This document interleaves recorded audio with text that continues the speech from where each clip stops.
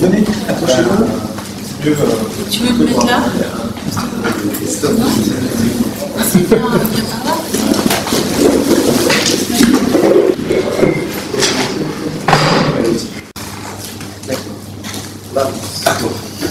Merci beaucoup Sylvain Georges, dont on va discuter le film Les Éclats ce soir, parce que c'est sortie nationale aujourd'hui, m'a proposé d'animer cette discussion. C'est un honneur évidemment pour moi, entre Didier Huberman, Georges Didier Huberman à la droite, et Sylvain Georges. Moi je suis enseignante et philosophe de formation, et c'est vrai que la rencontre entre donc, ce livre Peuple exposé, Peuple figurant, L'œil de l'histoire 4, dont la parution est récente, si je m'abuse, aux éditions de Minuit, et des films en fait, parce que je ne sais pas dans quelle mesure on va parler des éclats qui est prioritairement celui que vous venez de voir tous, ou des éclats et de l'impossible, qui sont les deux films qui sortent en même temps. Mais il y a une rencontre un peu entre ces deux œuvres qui est intéressante, parce que c'est la rencontre d'une œuvre philosophique et esthétique, de texte esthétique, et d'une œuvre filmique qui interroge un peu les questions qui se croisent sur la question de la représentation de peuple surexposé. Alors peut-être pour commencer, est-ce que Sylvain nous dire un mot sur ce film Les Éclats et sur la raison pour laquelle il souhaitait rencontrer Didier Huberman ce soir. J'en charge des questions un peu. Non, comme tu le sais, moi j'ai commencé mon activité cinématographique assez tardivement, je pense en 2006. Et donc auparavant, j'avais traversé un certain nombre d'expériences, suivi certains cursus à l'université. Et parmi les multiples un peu de traverses universitaires que j'ai empruntées, j'ai été amené à un moment donné à suivre en auditeur libre plutôt certains cours, notamment de Georges Huberman à l'école des études. Bon, alors je me suis aussi intéressé évidemment à son travail. Je travaillais parallèlement sur le véritable. Ça, c'est des travaux que j'ai fait avant de commencer le cinéma. Et donc, d'une certaine façon, tous ces éléments, toutes ces expériences ont nourri un peu ma démarche et ma réflexion au moment où j'ai pu concrétiser le désir de cinéma qui était le mien depuis très très longtemps. Donc, bon, Les Éclats, c'est mon troisième film, je crois. Enfin, bon, je ne sais pas en termes de quantité, puisque le cinéma c'est plus un processus qui tend, enfin pour moi, qui tend ensuite à se cristalliser dans des formes et à s'arrêter à un moment donné dans une forme donnée qu'on va appeler un film. Et je fais ça de façon plus en termes de process. Lorsque ce film a été fait, donc qui porte sur les questions migratoires et notamment la situation des migrants à Calais, donc Calais est vraiment le lieu que j'ai choisi pour inaugurer un peu le travail que je suis en train de mener sur les politiques migratoires en Europe et les mobilisations sociales. J'ai eu envie à un moment donné, puisque après que mon souci ait été de faire en sorte que ces films soient dans l'espace public, mais des espaces publics particuliers, c'est-à-dire des salles de cinéma, dans l'idée de pouvoir toucher des gens qui n'ont pas forcément accès ou bien au réseau militant, ou bien au festival, aux niches underground d'avant-garde cinémathèque, etc. J'avais l'idée d'organiser comme ça un certain nombre de rencontres pour déplier des problématiques à partir des films, en tout cas créer des résonances comme ça, entre ce que peuvent porter les films, les thématiques que peuvent traiter les films, et puis l'œuvre de certaines personnes, etc. Donc là, depuis très très longtemps, déjà l'année dernière, au moment où le Revolver était sorti en salle, j'avais eu l'idée d'inviter Georges Didier Huberman, parce que je suis avec énormément d'intérêt ses travaux. On a une grande référence commune qui est Walter Benjamin. J'aime énormément l'approche que vous avez, le travail que vous effectuez sur son œuvre, parce que c'est pas simplement c'est pas simplement de simples exégèses, comme il y en a énormément qui sont portés sur Benjamin, c'est bien l'idée de mettre Benjamin au travail, c'est bien de travailler des concepts, des problématiques qui sont présents chez Benjamin, qui ont des problématiques qu'il a pu soulever, mais qui ne sont pas forcément encore traitées, etc. Et vous, à partir de votre démarche, il y a une vraie cohérence. Il y a une interrogation, une mise au travail de ces concepts, voire même une réactualisation des concepts par rapport à des préoccupations qui sont liées aujourd'hui. Et donc c'est une démarche qui m'intéresse. Voilà, ce que je dirais, parce que Benjamin comme principe actif, et d'une certaine façon, dans mon propre travail, la pensée de Benjamin est aussi extrêmement présente, non pas que je cherche à illustrer cette aide via les sites, le cinéma, etc., mais il y a bien, enfin pour moi c'est un des penseurs en tout cas qui me nourrit énormément et qui permet d'une certaine façon de problématiser un certain nombre de questions, et aussi voire même de travailler sur la mise en forme comme ça d'interrogation que j'essaie de traduire au sein des films. Donc ça me semblait pertinent, en tout cas j'avais envie qu'on se rencontre, qu'on puisse discuter, notamment d'un certain nombre de sujets, dont une question notamment qui, il y en a plusieurs, mais il y en a une qui m'importe, puisque ça m'intéresserait beaucoup, enfin, votre éclairage m'importerait. Sur quoi? On en vient directement. Ah non, mais... sur notamment la...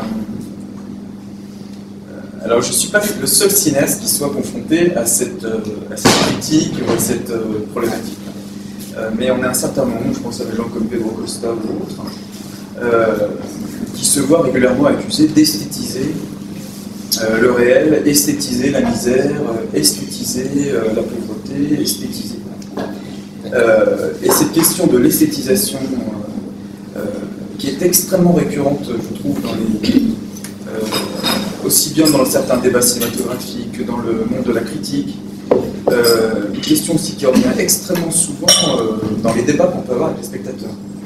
J'en fais énormément depuis, non seulement dans les festivals, mais aussi depuis la sortie de Repose en révolte l'année dernière.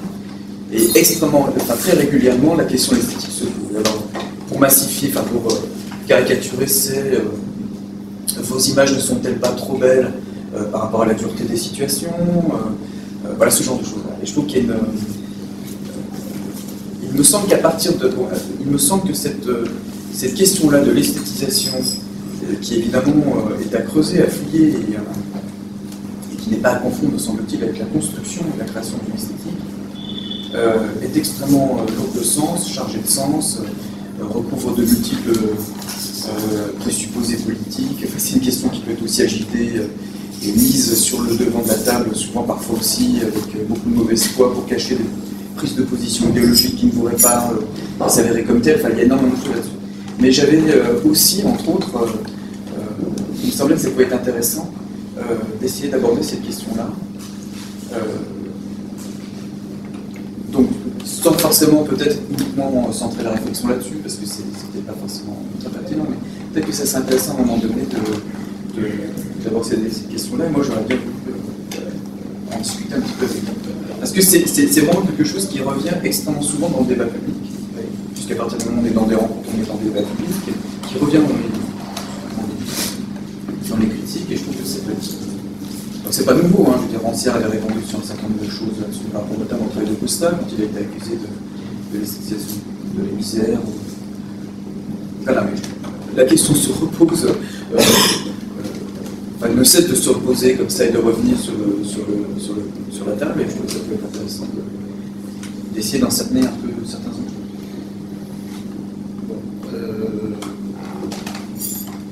D'abord, je voulais dire que ce film est supposément puissant, il est beau, pour se défendre tout seul, il n'a absolument pas besoin de moi. Bon, à part ça, ça me fait très plaisir de parler avec vous. Enfin, on va commencer un dialogue. Je suis sûr que ça va. L'histoire de l'esthétisation, mais vous vous en sortirez jamais. Hein. On vous reprochera toujours, et puis il faudra faire avec. Il n'y a pas que les cinéastes qui sont taxés d'esthétisation. Je peux dire qu'un des moments les plus douloureux douloureux et important de ma vie, ça a été la même chose. C'est-à-dire que lorsque j'ai dédié un travail à des images photographiques du Sonderkommando d'Auschwitz, je me suis retrouvé avec une extrême violente polémique où on ne disait pas vous esthéticiens, on disait vous êtes carrément un pervers, etc. Voilà. Simplement parce que j'avais pris au sérieux les images elles-mêmes. Il y a 4 images, enfin vous connaissez l'histoire, hein, mais peut-être pas vous, enfin je ne sais pas. Il y a 4 images qui restent de ces membres du Sonderkommando d'Auschwitz, c'est-à-dire 4 images de personnes qui entrent et vivantes et qui sortent mortes. Grosso modo, ce n'est pas les mêmes, mais je veux dire, c'est le processus qui est photographié par des prisonniers de Birkenau qui eux-mêmes se font assassiner bientôt. Donc, ces photos sont très connues. En même temps, il y en a une qui est toujours censurée. En même temps, pratiquement, elles sont toujours recadrées. On ne réfléchit jamais sur leur forme, et moi j'ai pensé qu'il était très important de réfléchir sur leur forme.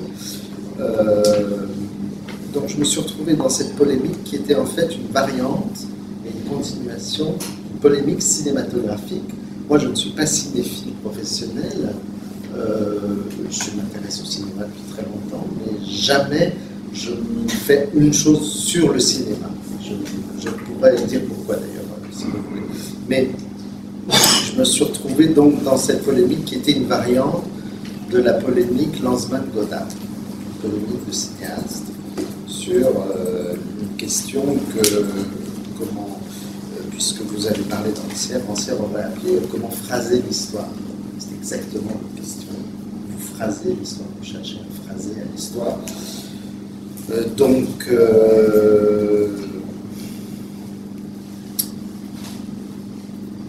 Alors, on peut répondre par plein de choses à cette question d'esthétisation. Quand même, je vais peut-être passer par un autre biais. Je reviens sur le thème de votre film. C'est un thème absolument fondamental.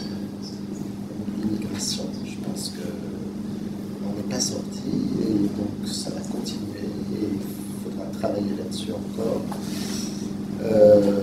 Pour moi, ce film évoque plusieurs choses. Je ne peux pas le dissocier. Ce n'est pas du tout pour enlever. Votre film est absolument original, mais disons qu'il y a. C'est un souci chez certains artistes dans d'autres domaines. Par exemple, Haroun Farroukhi a fait un film sur la représentation schématique des migrants. C'est un travail qui me semble très très intéressant, qui n'a rien à voir formellement avec le vôtre. Il y a quelqu'un, par exemple, en photographie, qui est Mathieu Pernaut, dont je vous avais parlé la dernière fois. Je l'ai vu depuis. C'est un type très intéressant qui a travaillé sur la jungle de Calais. Alors, dans un autre domaine, mais là aussi, ça sera des questions à poser. Fatalement, vous les poserez, je pense. Bon, c'est le jour de la sortie de ce film. On est combien, 25 voilà, si vous exposiez au jeu de paume, le jour du vernissage, il y aurait 1000 personnes. Bon, donc, réflexion là-dessus, sur le lieu, les lieux où de telles images, de tels travaux doivent ou peuvent, ou ne doivent pas, ou doivent se méfier. Enfin, il y a des pièges partout. Donc ce travail de Mathieu Pernaut qui m'avait beaucoup intéressé parce que il a accompagné, donc il a fait une exposition, il était des belles photos, entre guillemets, un petit peu grandes, un petit peu picturales, donc on peut un peu critiquer ça. En même temps, il avait vraiment, comment dire, porté une extrême attention à un type, un homme qui venait justement d'Afghanistan avec un périple hallucinant et à qui en fait cet homme lui avait confié son journal avec les cartes et tout ça, il avait tout recopié, c'était très intéressant. Et je pense aussi à ce film de Laura Waddington qui est d'un tout autre, je ne sais pas si vous le connaissez, qui s'appelle Border, qui est aussi très différent de ce que vous avez fait, mais sur un sujet, enfin sur ce sujet-là, je ne me souviens plus de l'année du film de Laura. 2002. Quoi 2002. Ouais, ça doit être 2002. Et en fait, donc elle s'était entièrement tournée la nuit, avec aussi la demande qui avait été faite, qu'on ne voit jamais les visages vraiment des gens, ce qui est au principe tout à fait différent. Mais alors, je parle du film de Laura Waddington pour deux raisons. Une raison, c'est que cette histoire de nuit, dans son film, m'avait beaucoup touché. Je l'avais convoqué, son film, sans vouloir le commenter, le juger. Moi, je ne suis pas du tout critique d'art, je n'ai pas à dire si c'est bien ou mal. Ce n'est pas la question. Simplement, ça m'avait touché beaucoup cet état de la lumière, dont on va en reparler à d'autres propos, parce que ce qui est quand même frappant, c'est la question de la lumière, du noir et blanc, mais surtout du noir, qui m'a beaucoup frappé. Alors là, est-ce que je suis en train d'esthétiser? Mais non, pas du tout. Et en fait, j'avais parlé de ça dans un contexte qui était un contexte pasolinien. Pasolini, je suis sûr, est très important pour vous. Enfin, j'en suis sûr. J'en suis sûr, simplement, le fait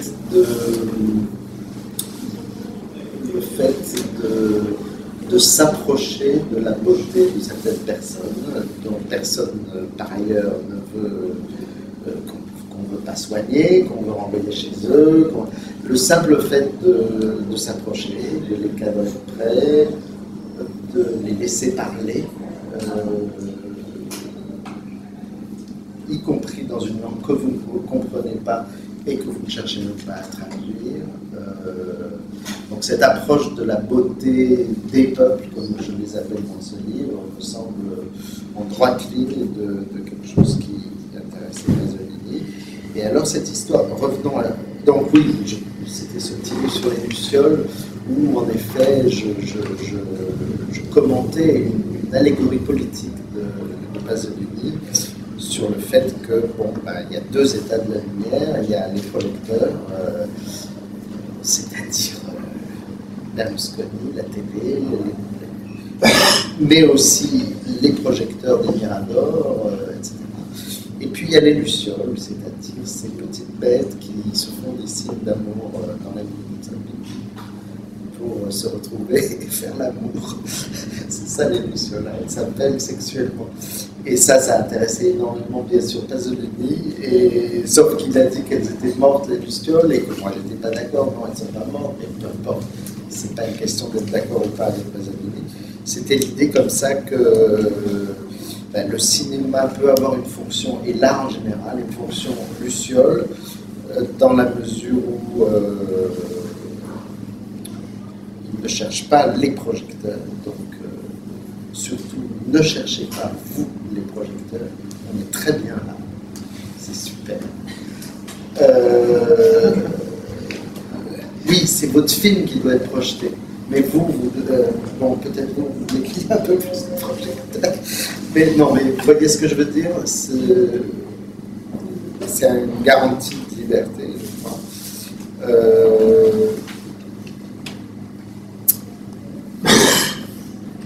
Julien, si je peux me permettre, entre l'esthétisation entre cette critique sur l'esthétisation et la fonction luciole de l'art, comment est-ce que vous faites Mais ça veut dire quoi l'esthétisation? Alors, est-ce que ça peut vouloir dire il y a de la beauté? Ces gens ont une expérience de vie tellement dure qu'ils disent qu'ils sont déjà morts.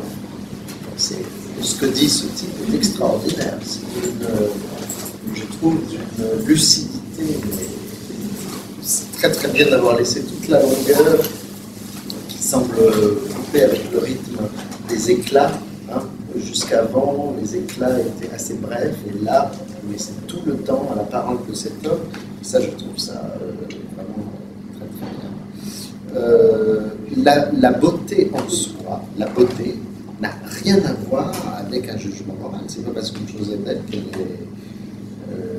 n'est pas correcte moralement. Ça n'a rien à voir. Ce qui est immoral, c'est un certain usage qu'on peut faire de la beauté, c'est tout.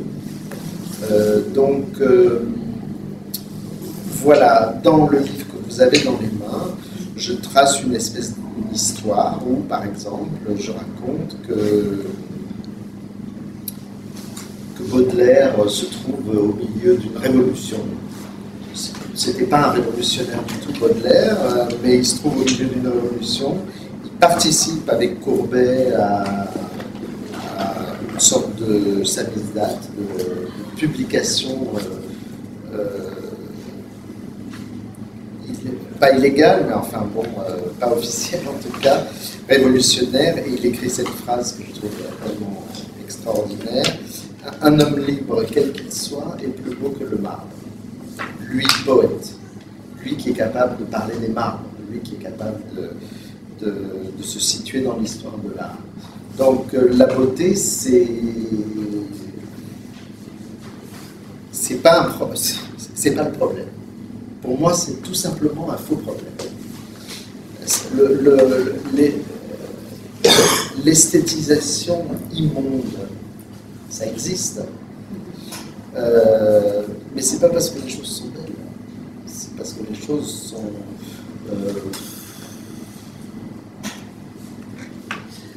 Une chose que j'aime beaucoup dans votre film, c'est que vous êtes à ras de terre. Il y a un côté archéologique, hein, vous regardez beaucoup par terre. Moi, ça me rappelle aussi ma propre pratique. Je regarde beaucoup par terre. Je suis myope d'ailleurs. Et puis je suis petit et je suis courbé. Donc j'ai tendance à regarder par terre. J'ai fait un petit récit, un livre de photographie, justement sur un cheminement dans Birkenau. En fait, je regarde par terre. J'ai trouvé ça très beau dans votre film, toute cette attention à ces choses qui sont près du sol, parce que ça a à voir avec l'archéologie. Donc cette beauté, c'est la beauté de c'est celle que trouve l'archéologue, c'est celle que trouve la personne qui ose, il faudra nous expliquer comment, cadrer de très près un visage. Le type qui mange là, qui enlève cette magnifique ça, par exemple. Moi, j'aurais une question peut-être à vous poser. C'est justement par rapport à ça. Reparlons, faisons le jeu du bien. Donc, il y a un moment rouge, juste un. Il n'y en a pas deux, non, un. Il y a un moment rouge que je trouve très beau. Et tout le reste, ce sont, dirais-je, des moments noirs. Des moments noirs et blancs, avec un contraste très fort. Je pense que vous avez filmé en vidéo, non? Absolument. Vidéo. Donc, parce qu'en tout cas, comme la projection dans la salle, c'est une projection numérique, donc c'est pas absolument noir, c'est pas absolument blanc. Il y a des petits liens. Vous êtes d'accord avec ça? Oui, ça c'est les contraintes de ça, c'est les contraintes de la projection. Et en même temps, vous faites référence, enfin, vous appelez le tournage qui était en quoi? Il était en couleur, bien. Et d'ailleurs, j'y pense, le livre que j'ai fait sur Birkenau, mes photos étaient évidemment en couleur, je les ai passées en noir et blanc, bien sûr, même si les éditions de Minuit publiaient des photos en couleur, j'aurais passé tout en noir et blanc, évidemment. Donc il faut se demander, c'est un choix formel, c'est un choix esthétique. De toute, enfin, parenthèse, le type qui décrit la mer, là, quand il a fallu mourir, il nommait pas de raconter les couleurs de la mer. Donc, ça, c'est de l'esthétique. Que la mer soit verte, bleue ou grise, c'est de l'esthétique, c'est-à-dire une sorte d'analyse des sensations. Parce que esthétique, ça veut dire ça. Si esthétique veut dire qu'est-ce que c'est les critères de l'art, depuis quand et tout ça, on s'en fout complètement. Parce que d'ailleurs, il n'y a pas que l'art dans la vie, hein, il y a des choses aussi. Donc, si l'esthétique c'est une discipline normative qui demande comment doit être là ou qu'est-ce que là, etc., moi personnellement ça ne m'intéresse pas du tout. Si l'esthétique c'est quelqu'un qui a failli mourir dans la mer mais qui quand même raconte la couleur qu'elle avait, pour moi ça c'est de l'esthétique. Donc déjà la réponse, elle est là. C'est cet homme-là qui nous donne la réponse, c'est pas moi. Parler de son corps propre quand il s'agrippe et qu'il ne veut pas lâcher, on pourrait dire en termes philosophiques esthésique, mais peu importe, c'est proche. Je m'y perds un peu parce que moi j'ai pas l'habitude d'improviser. Non, mais c'est très clair. Je reviens sur quelque chose. Ah oui, voilà, c'est là où je vais essayer de resserrer. Je reviens. Dans ce livre, je raconte une histoire qui est la façon dont certains artistes, Kahlo, Rembrandt, parce que moi je m'en fous, comme je dis, je suis pas cinéphile, disons que mes références fondamentales c'est Benjamin, comme vous l'avez dit, et c'est Ali Warburg, et aussi bien Benjamin que Warburg sont des gens qui recroisent constamment les différents médiums. Constamment. Donc je parle de Rembrandt, de Jacques Kahlo, de Goya, de la photographie documentaire, Walker Evans, Zander, etc. Arrive Rossellini, et Pasolini bien sûr, puisque le sujet de ce livre, qui est très proche de ce que vous faites, hein, c'est comment filmer les gens qui n'ont pas de nom. Là, ils ne veulent même pas qu'on dise leur nom, mais personne ne veut leur donner un nom. Ce qui va de pair avec le fait qu'on ne leur donne pas la parole. Ce qui est exactement le sujet de Benjamin. Non seulement, je ne parle pas du Benjamin qui parle seulement du cinéma, je parle du Benjamin qui parle de l'histoire. Parce que vous faites un bout d'histoire. C'est très très important. Ce que vous faites là, c'est aussi quelque chose d'important pour l'histoire. Vous êtes historien à votre façon, et d'ailleurs, vous avez entendu Godard parler de l'histoire, de Michelet comme monteur, et que le fait que l'histoire est un art, donc vous êtes en plein là-dedans, et donc Benjamin dit l'objet de l'histoire, ce qu'il appelle la tradition des opprimés, l'objet de l'histoire, ce sont les Namen Losen, les gens qui n'ont pas de nom, les gens privés de nom. Donc c'est ce que vous faites. Donc ça me semble très important. Maintenant, la question, c'est, je reviens sur ce noir. Ce noir est une référence. Ce noir est une, comment pourrais-je dire, quelque chose qui, d'une certaine façon, montre déjà ce que l'on voit comme si c'était dans une distance temporelle. Et puis aussi, l'accentuation des contrastes. Hein, je pense que vous avez beaucoup travaillé là-dessus. Ça me dit quelque chose. C'est pas Pasolini. Pasolini, c'est plus gris. Mais vous pourriez nous dire pourquoi vous avez... Mais alors moi, il n'y a pas du tout en question un choix, parce que je trouve que c'est un choix parfaitement... bon, on reparlera des bourgeois de Calais et tout ça, qui me semble très très important aussi. C'est fantastique. Bon, cette histoire de noir m'intéresse beaucoup. Au départ, quand j'ai décidé de travailler sur les politiques migratoires en Europe et les mouvements sociaux, c'était évidemment des politiques qui étaient inscrites dans l'agenda politique, mais qui avaient un peu disparu de l'espace public. Alors moi, je l'ai plutôt abordé via la problématique des sans-papiers que j'avais abordé de très très loin en 1995. J'avais assisté comme ça un peu au mouvement des sans-papiers, j'avais été à un moment donné un peu présent, notamment sur une action à la cartoucherie, lorsque le Tête du Soleil les avait hébergés via d'autres chemins. À un moment donné, je me suis retrouvé là-bas. C'est comme ça que j'ai... Et ensuite, en fait, je ne sais pas si vous vous souvenez, mais pendant une dizaine d'années, il y a une espèce de blackout total entre 1995 et 2005 sur la question des sans-papiers. Quand j'ai commencé à travailler, tout le monde me disait oui, le drame des sans-papiers, c'est qu'ils sont passés de mode. Alors pour autant, on n'en parlait pas trop dans l'espace public, pour autant, ça ne voulait pas dire qu'ils n'étaient pas inscrits dans l'agenda politique. Et je ne sais combien de lois sur l'immigration faites par Nicolas Sarkozy alors qu'il était ministre de l'Intérieur à l'époque, etc.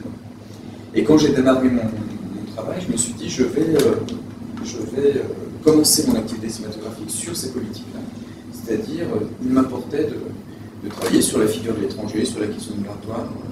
Ça me semblait un angle d'attaque assez intéressant, un indicateur intéressant en fait, sur l'état des sociétés occidentales aujourd'hui. Bon, puis en plus, évidemment, comme tout à chacun, évidemment, l'histoire de chacun est traversée par l'immigration d'une certaine façon. C'est une façon aussi de parler c'est aussi une façon de parler de politique publique, mais aussi de choses qui touchent tout à chacun. Alors, il y avait une espèce de placard, il y avait quand même un certain nombre de représentations qui étaient véhiculées. Par exemple, sur la question de Calais, il y avait quelques documentaires qui avaient été faits, il y avait des reportages, des news, des choses comme ça qui étaient faites sur la question migratoire, d'une certaine façon. Mais moi, j'étais pas véritablement satisfait en fait, des représentations qui étaient données de ces questions-là.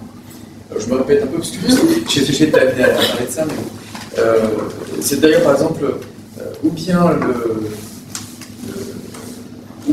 les représentations se faisaient un peu le relais du pouvoir dominant, du pouvoir politique, hein, qui tombait un peu à stigmatiser, un peu criminaliser les personnes migrantes sans papier.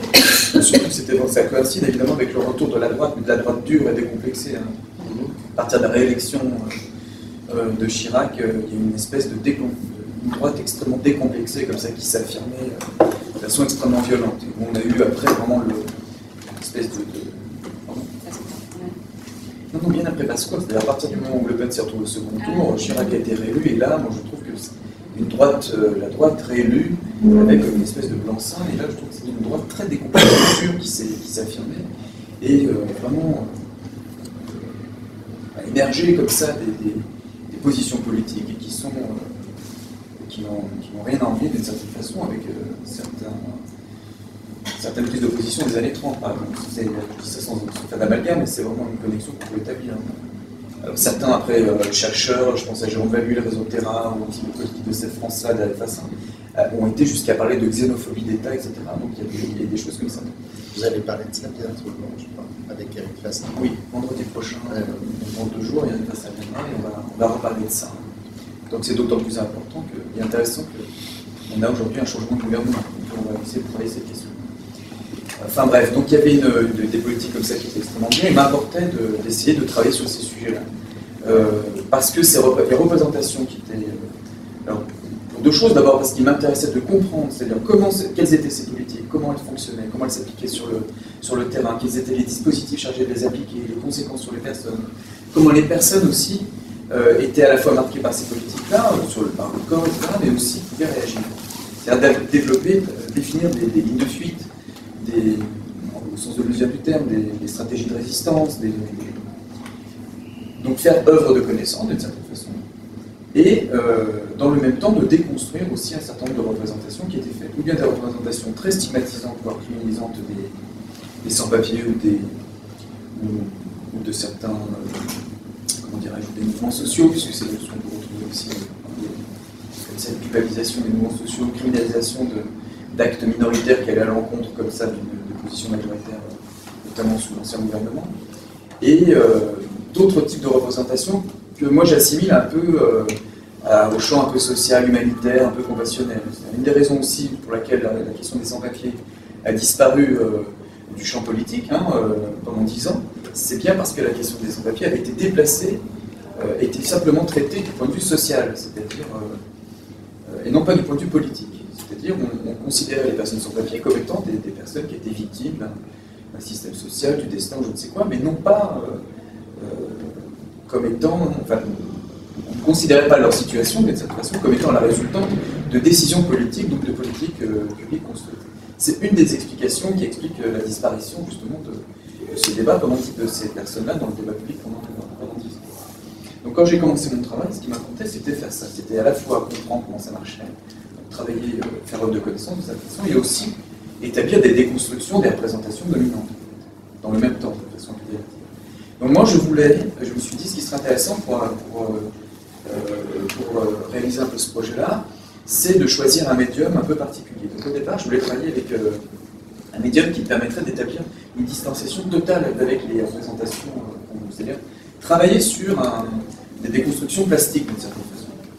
Donc je voulais travailler en argentique. Alors il se trouve que c'était pas possible parce que d'un point de vue économique, ça devenait vraiment irrationnel, hein, surtout que qu'elle au départ ça devait être un court métrage, puis c'est devenu un projet de plus longue ampleur.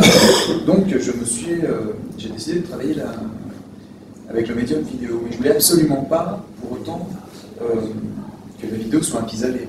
Je voulais pas prendre la vidéo uniquement comme un réflexe, comme un prétexte, comme une solution de repli. Donc je me suis un peu, d'autant plus que la problématique argentique vidéo se pose aujourd'hui, hein, avec la disparition entre guillemets de l'argentique dans les salles de cinéma, etc. La problématique argentique vidéo est très intéressante à creuser et à travailler. Moi, je voulais surtout pas travailler en vidéo comme un pis-aller, en me disant je vais travailler en vidéo comme j'aurais pu travailler en argentique, etc. Donc je me suis posé des questions, c'est-à-dire comment aborder ce médium-là, pour en faire quoi, comment je vais m'en saisir. Et très vite, je me suis rendu compte en fait que je suis revenu à une piste de réflexion qui n'est pas si éloignée de la première qui m'avait amené à l'argentique. C'est-à-dire qu'en gros, ça pouvait être extrêmement intéressant de travailler avec un médium partagé, c'est-à-dire que la vidéo, en fait, c'est quand même un médium qui est partagé par la majorité des journalistes, des cinéastes, des documentaristes, etc. Alors je me suis dit, pourquoi ne pas utiliser ce médium partagé, quand bien même la démarche est différente, les modes de production sont différents, la posture est différente, le projet est différent, mais au niveau même de l'outil, du médium utilisé, pourquoi ne pas travailler à partir d'un médium partagé et ensuite réaliser mon projet en travaillant sur les ressources mêmes aussi du médium, c'est-à-dire en faisant œuvre de connaissance, en produisant de la connaissance et en établissant des déconstructions plastiques via le travail plastique du médium, la recherche, l'exploration du médium. Donc le noir et blanc, c'est une des ressources, des puissances en fait du médium que j'ai utilisé, qu'on aurait pu retrouver aussi avec l'argentique, mais il se trouve qu'on peut aussi le trouver. Évidemment, on peut le trouver en vidéo. Donc j'ai tourné en vidéo couleur, c'est-à-dire j'ai vraiment joué le jeu. J'aurais pu tourner en vidéo noir et blanc, j'aurais pu à la prise de vue travailler directement noir et blanc. Et vous avez tout travaillé après coup. Voilà, tout est fait au montage. Mais sur le principe, je me suis dit, on va pousser ce parti pris jusqu'au bout. C'est-à-dire qu'on va travailler, parce que j'aurais pu évidemment filmer en noir et blanc, en vidéo, mais noir et blanc. Donc j'ai décidé de garder cette idée-là et de travailler avec le médium en couleur. Donc j'ai filmé, je faisais ça. Et ensuite, au montage, surtout en même temps le montage, le travail de l'image, ça se fait de façon simultanée. J'ai commencé à explorer après un certain nombre de ressources, pas les puissances du médium. C'est la migration parfois de certaines techniques qui mettent de l'argentique, notamment des avant-gardes des années 20, donc c'est évidemment noir et blanc. Le ralenti, image arrêtée, et des choses qui sont un peu plus différentes maintenant, on a des choses qu'on a expérimenté sur des duplications d'images, des choses comme ça. Mais au départ, c'était un petit peu ça, c'est-à-dire le noir et blanc crée une espèce de distanciation totale avec les représentations qui sont faites, et dans le même temps, c'est évidemment travailler sur une espèce de dialectique du proche et du lointain, parce que on crée une distanciation d'avec les représentations qui sont faites, donc en créant la distance, on s'en rapproche d'autant plus, c'est-à-dire que la distance permet aussi de se rapprocher, d'établir un rapport critique. C'est aussi une façon, alors c'est une façon après aussi de jouer sur des stéréotypes, c'est-à-dire que le noir et blanc est utilisé depuis, vous êtes mieux placé pour le dire, dans le travail artistique, pictural ou autre depuis extrêmement longtemps. Pour autant, aujourd'hui, il est vraiment, notamment au cinéma et en télé, il est extrêmement connoté, c'est-à-dire que très bizarrement, c'est une vision très simpliste, mais le noir et blanc s'est associé à l'archive, à des époques qui sont extrêmement révolues, etc. C'est quasiment, c'est une doxa aujourd'hui, hein, c'est pas trop caricatural, je crois que de le dire. Donc ça me semble intéressant, du coup, de renverser la dialectique, c'est-à-dire de jouer sur le stéréotype, de travailler sur des événements qui participent de l'extrême contemporain, et de renverser la dialectique, on travaille sur des événements qui participent de l'extrême contemporain, et dans la perception première, en tous les cas, la perception dominante, ça apparaîtrait pour des faits révolus. C'est une façon aussi, évidemment, d'établir un regard critique sur à la fois l'époque présente, et dans le même temps aussi d'établir des connexions avec le temps long, c'est-à-dire de rompre aussi avec, qu'on le veuille ou non, le mythe du progrès. C'est le mythe du progrès est battu en brèche dans les domaines des sciences humaines, mais ce sont des catégories, c'est un élément qui est extrêmement présent encore dans la vie de tous les jours, dans la façon dont la société fonctionne. Et évidemment, c'est un levier qui est utilisé par le pouvoir en place. qu'à partir du moment où on considère qu'on est engagé vers une voie forcément bienheureuse, d'une certaine façon, c'était la critique bénévinienne, pas seulement bénévinienne d'ailleurs, mais d'une certaine façon, c'est légitime des exactions présentes. À partir du moment où le présent est bien plus supportable que le passé et bien moins que le lendemain, c'est une façon de tolérer l'intolérable d'une certaine façon. Donc aussi de légitimer les politiques qui sont mises en place aujourd'hui. Et bien évidemment, moi je prends le contre-pied de tout ça. Donc il y a le noir et blanc, c'est une façon aussi de travailler sur la philosophie de l'histoire de Benjamin, d'une certaine façon. C'est-à-dire on rompt le progrès, on crée, on prend l'histoire de pousse-poil, et bien au contraire, on travaille sur des formes du passé qui appellent le présent et du présent qui appellent le passé. On crée des constellations. C'est bien le sens de ce que j'ai essayé de faire, notamment dans les éclats. Donc après, le noir et blanc, après, je l'utilisais aussi de façon un peu métaphorique. Vous avez remarqué, vous citiez l'exemple de la brûlure. C'est un motif extrêmement présent dans les politiques migratoires. La brûlure, elle est partout. Voilà. Du début à la fin. Voilà. Oui, bien sûr. Mais ça va des migrants à danger qui veulent aller les mains, enfin tout. Je brûle les mains, les policiers brûlent les cabanes, les migrants qui sont à danger, qui veulent aller en Europe, brûlent leur papier d'identité, vous avez des brûleurs. D'ailleurs, le titre est très beau, puisque éclat en français, c'est dur à traduire en anglais, parce que le mot éclat en français veut dire au moins deux choses, c'est-à-dire un bout de quelque chose qui est cassé, ou un fragment, donc c'est aussi la structure de votre film, et puis en même temps, ça veut dire quelque chose qui est en train de brûler.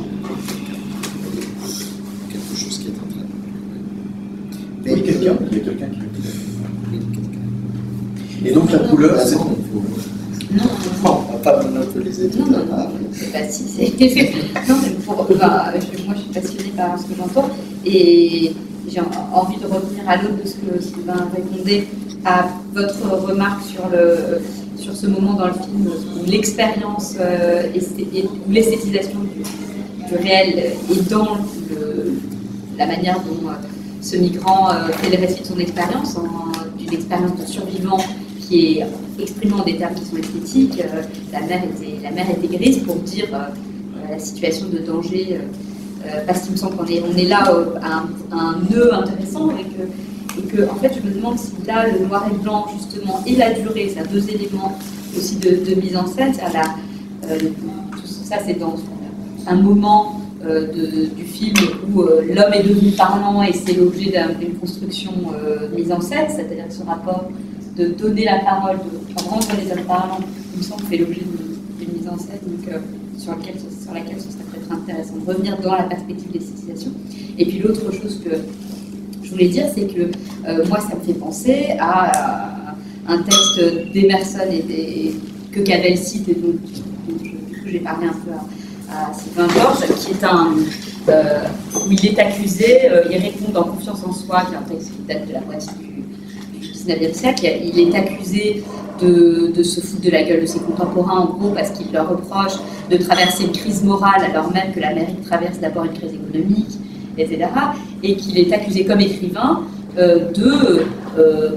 des gens qui lui répondent justement, qu'il accuse exactement la critique d'esthétisation en lui disant enfin, pourquoi n'aidez-vous pas les pauvres autour de vous plutôt que de faire de la morale, cet enjeu de moralisation qui est compris dans la critique d'esthétisation, et plutôt que de faire la morale avec nos contemporains. Et il répond, et je cite parce qu'elle juste c'est cité par Cavell, et il répond ne me parlez pas comme je l'ai fait aujourd'hui, comme l'a fait aujourd'hui un brave homme, de l'obligation que je suis d'améliorer la situation de tous les pauvres. Est-ce que ce sont mes pauvres? Et Cavell commente en deux phrases. Ce n'est pas moi qui les rends pauvres ou qui les maintient dans la pauvreté, et pour autant que je puisse améliorer la situation d'un pauvre quel qu'il soit, c'est seulement en répondant à l'appel de mon génie que je peux le faire. Et en fait, pour Cavell, c'est lié à la question de l'accusation que Walker Evans justement affrontait, également d'esthétiser la souffrance humaine ou de la transcendantaliser. Et juste avant, il dit c'est là un risque que doit encourir tout art sérieux qui s'ouvre à la souffrance de ce temps. Et donc en lisant ça, je repensais à la critique dont on avait parlé avec Sylvain et dont il est question ici, parce que c'est cette question de la souffrance qui se dit dans les mots de cet homme indissociablement en des termes qui sont des termes, disons, vitaux, et des termes, notre expérience, c'est le propre de l'expérience humaine, elle se dépose dans tous ces champs-là. Ma référence spontanée, c'était justement ça. Il y a un livre dans le domaine de la photographie qui est tout à fait remarquable, qui s'intitule Le style documentaire. Je ne sais pas si vous connaissez ce livre. Donc c'est un livre grosso modo sur Walter Evans et August Sander. Alors, je cite ce livre qui est c'est un chercheur qui s'appelle Olivier Bégaud. Parce que, en fait, bien sûr, Walter Evans, que moi je situe, pour moi c'est quelqu'un de capital. Capital, pas seulement au niveau de l'esthétique de la photographie, mais pour moi un livre vraiment très important qui est quelque part en dessous de votre film, même si vous l'avez pas lu, peu importe, c'est Let Us Now Praise Famous Men, le livre de Walter Evans et James Hadley.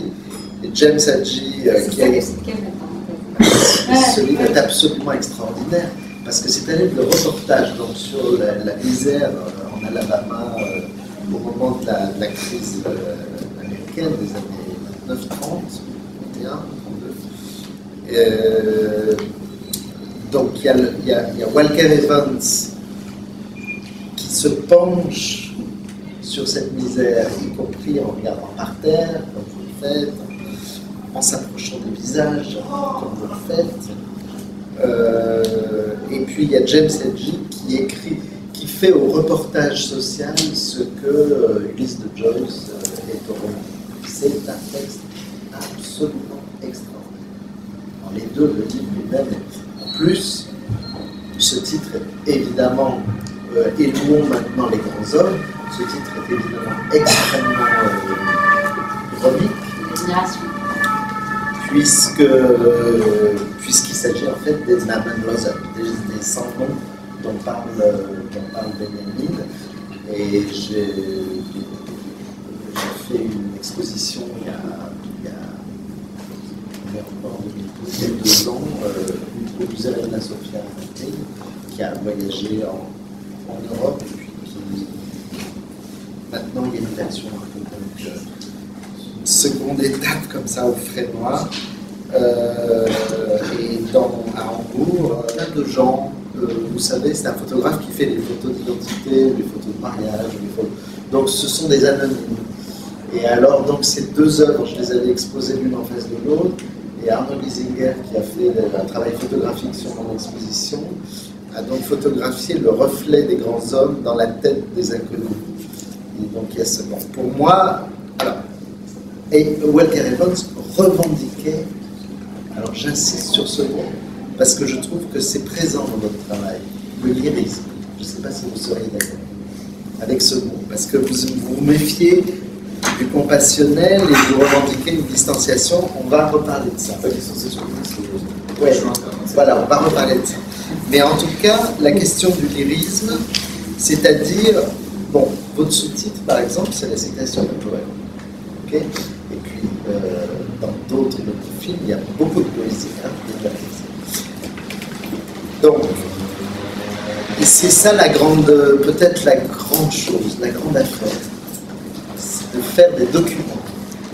Ce que vous avez fait pourra un jour être utilisé par des historiens, tant mieux. Même si si ça se retrouve au MoMA. Même si le statut d'un objet, il est élastique, on peut, voilà. Lyrisme documentaire. Donc, ne pas avoir peur de faire de la poésie. Parce que je pense que la meilleure façon de faire de la politique, quand on est comme nous, enfin, vous peut-être vous limitez plus que moi, mais moi je suis dans mon bureau, enfin, c'est d'être poète. Ce que dit Emerson, quand il dit j'ai rien pu faire d'écouter mon génie. Qu'est-ce qu'il a fait Pasolini? Il a fait de la poésie, hein, c'est un autre poète, Pasolini. C'est du cinéma de poésie qu'il fait. Je veux dire, un des films les plus politiques de Pasolini, c'est La Rabbia, et dans La Rabbia, comme vous le savez, il y a deux voix, il y a un commentaire en deux voix, voce di poesia, voce di prosa. Et la voix de poésie, qui est lue d'ailleurs par Bassani, qui était un ami poète de Pasolini, c'est tout simplement bouleversant. Je trouve. Donc, poésie politique. D'ailleurs, juste une parenthèse, entre ce moment de rouge et juste avant ou après, enfin, je ne sais plus, ces espèces d'arbres tout secs, là, comme ça, ça m'a rappelé un passage de Parajanov. Il y a des arbres tout secs comme ça, qui tournent et qui sont tout rouges. Ils les atteignent en les chevaux de feu. Ouais, je crois que c'est dans les chevaux de feu. J'aime beaucoup parler de chevaux de feu. Bref. Non, j'ai pas très sûr. Non, mais bref, la question peut-être cruciale, c'est pas esthétisation, c'est poésie. Poésie politique. Et au fond, il se passe la chose suivante. Dans votre film, il y a des moments qui sont brefs, qui sont toujours brefs. Hein. Par exemple, celui qui les rallonge jusqu'au bout, c'est Mon Pays. Et vous les faites brefs, mais ça existe. Vous suivez les gens. Et puis toute la séquence où on parle, on pourrait appeler ça du reportage. Surtout, ne vous fâchez pas. C'est-à-dire, on pourrait appeler ça, voilà, un documentariste. Bon, il se trouve que les documentaires, alors vous êtes bien mieux placé pour moi pour en parler, hein, mais moi je connais mieux la situation, par exemple, photographique. Hein.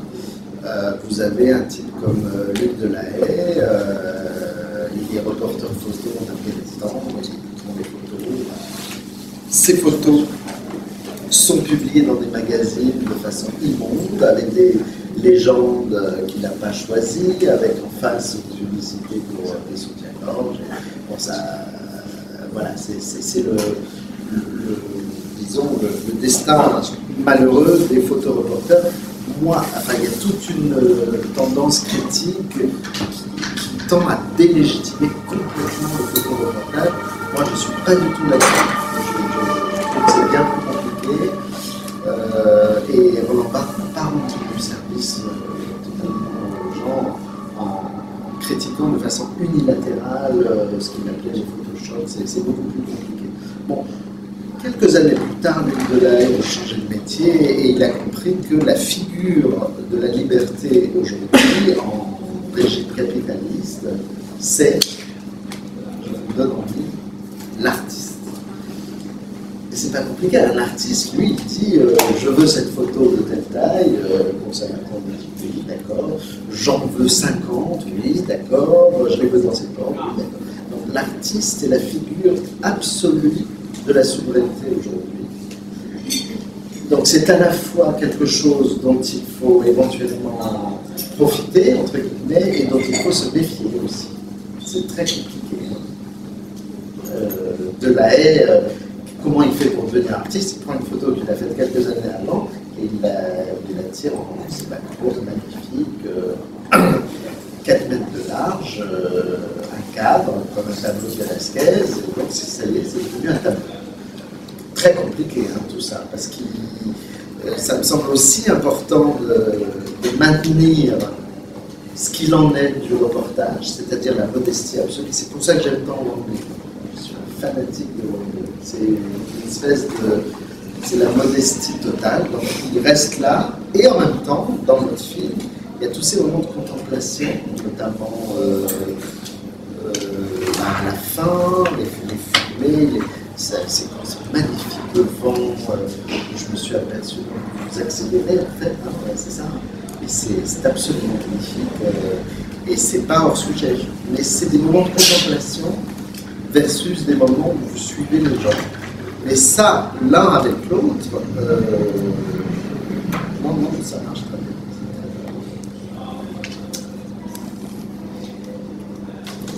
Oui. Ouais, vous avez sûrement des questions.